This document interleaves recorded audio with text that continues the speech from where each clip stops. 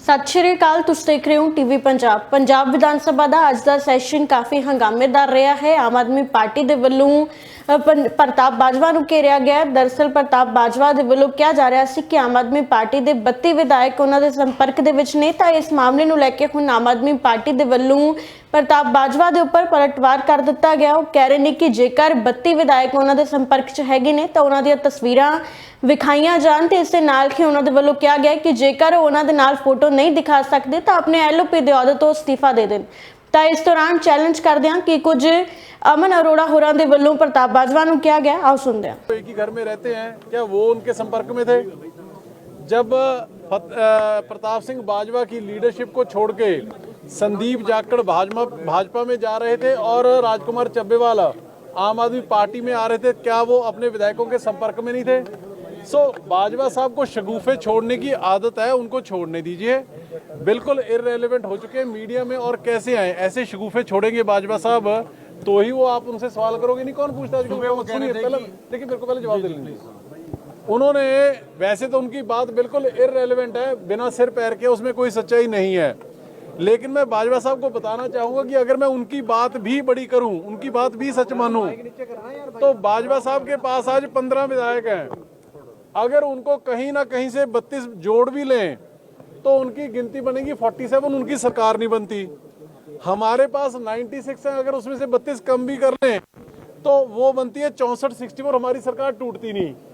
बाजवा साहब ऐसी बेतुकी बेहुदा बिना सिर पैर की बयानबाजी करने से बेहतर है आप एक रिस्पॉन्सिबल ऑपोजिशन की भूमिका निभाएं। मैं बाजवा साहब को एक चैलेंज करता हूं कि वो 1 दिन, 2 दिन, 4 दिन, 10 दिन, महीना, 3 महीने, जितना मर्जी टाइम ले, एक टाइमलाइन दे दें।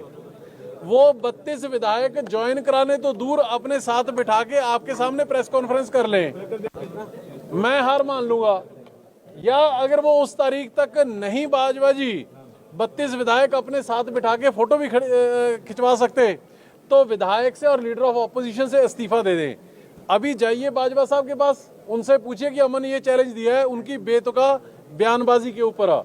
मेरे कहने का मतलब है, ये आज से 10 दिन पहले भी उन्होंने कहा था 30 हो गए, अब 32 हो गए, अब कल को 4 दिन बाद 34 हो जाएंगे। ऐसी मैं आपसे मीडिया से को रिक्वेस्ट करूंगा कि ऐसी एक मस्खरे पॉलिटिशियन की, जो कि हर चौथे दिन नई मस्खरी छोड़ देता है, उसकी आप बेतुकी बयानबाजी को क्यों सीरियसली लेते हो? उनको मजाक करने की आदत है, करने दो। एक बार कह रहे थे कि कांग्रेस के संपर्क में है, शाम को वो कह रहे हैं, मतलब दोपहर में वो कह रहे हैं कि बीजेपी के संपर्क में है, भगवंत मान भी जा सकते हैं। कौन? यही बीजेपी के संपर्क। तो ये थोड़े दिन पहले वो कह रहे थे कांग्रेस में संपर्क में है, अब वो संपर्क में है। एक्चुअली बाजवा साहब की पोजीशन ये पड़ी है कि उनको ये नहीं समझ आ रहा कि मैं कांग्रेस में हूँ कि भाजपा में हूँ, क्योंकि शरीर ये कांग्रेस में है, दिल दिमाग जो है वो भाजपा में जा चुका उनका। ऐसे लीडर को तो वैसे ही पंजाब को सीरियसली लेना चाहिए। मैं कहता हूँ जब संदीप जाखड़ और उनके भाई भाजपा में जा रहे थे तो क्या वो उनके संपर्क में नहीं थे? और अगर उनको भाजपा में ये पता है कि भाजपा में हमारे विधायक जा रहे हैं, ना 3 च, ना 13 च, ना प्लेयर च, ना स्पेयर च, बाजवा साहब बिना गल तो बयानबाजियां करी जा रहे हैं।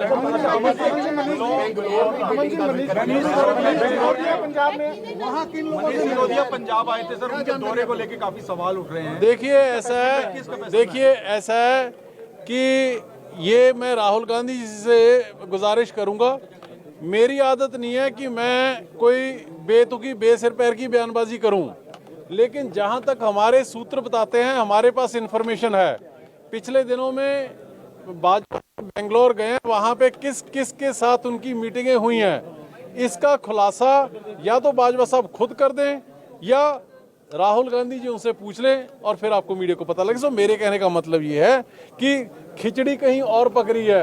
एक्चुअल में होता क्या है, जो बहुत ज्यादा जो काग लीडर होते हैं, बहुत ज्यादा अपने आप को सुपर स्मार्ट लीडर समझते हैं, वो कोई ऐसी बयानबाजी छोड़ देते हैं कि लोगों का, मीडिया का ध्यान कहीं और चला जाए और पीछे पर्दे के पीछे चली कुछ और जाए।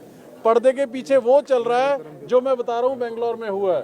और कहने को वो कह देते कि 32 का 20 के संपर्क में, कभी 20 के संपर्क में, और आप उनकी बातों में आते हैं।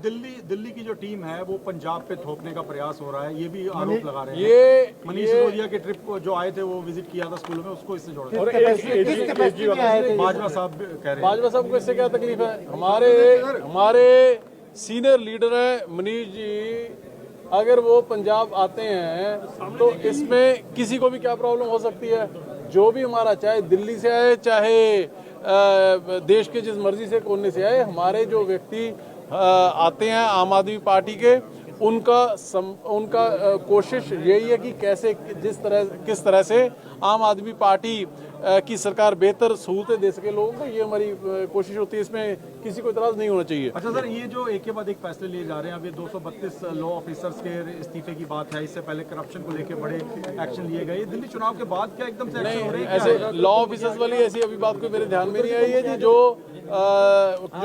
पुलिस के कुछ मुलाजिम जिनको डिसमिस किया गया है, उनका जो ट्रैक रिकॉर्ड था, चाहे करप्शन के मसले में, चाहे इनएफिशिएंसी के मसले में, चाहे नॉन सीरियसनेस के मसले में, उनके जो इश्यूज थे उसको लेके उनको डिस्कस किया गया। तो एक्शन मोड में ऐसी रहेगी सर अब सरकार आने वाले दिनों? बिल्कुल एक्शन मोड में पहले थी, अभी रहेगी।